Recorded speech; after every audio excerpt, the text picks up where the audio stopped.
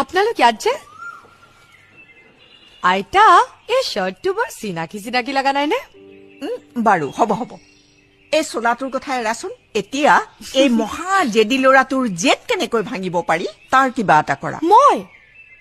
ইমান ডাঙৰ ছুপাৰষ্টাৰৰ জেদ মই কেনেকে ভাঙিম আইতা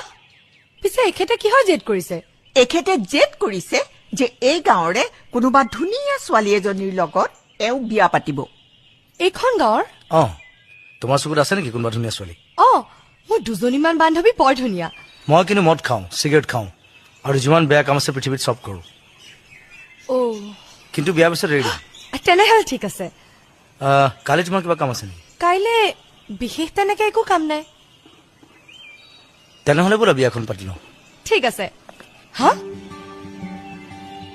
কি ক'লে আপুনি একো কাম নাই যদি বিয়াখন পাতি লওঁ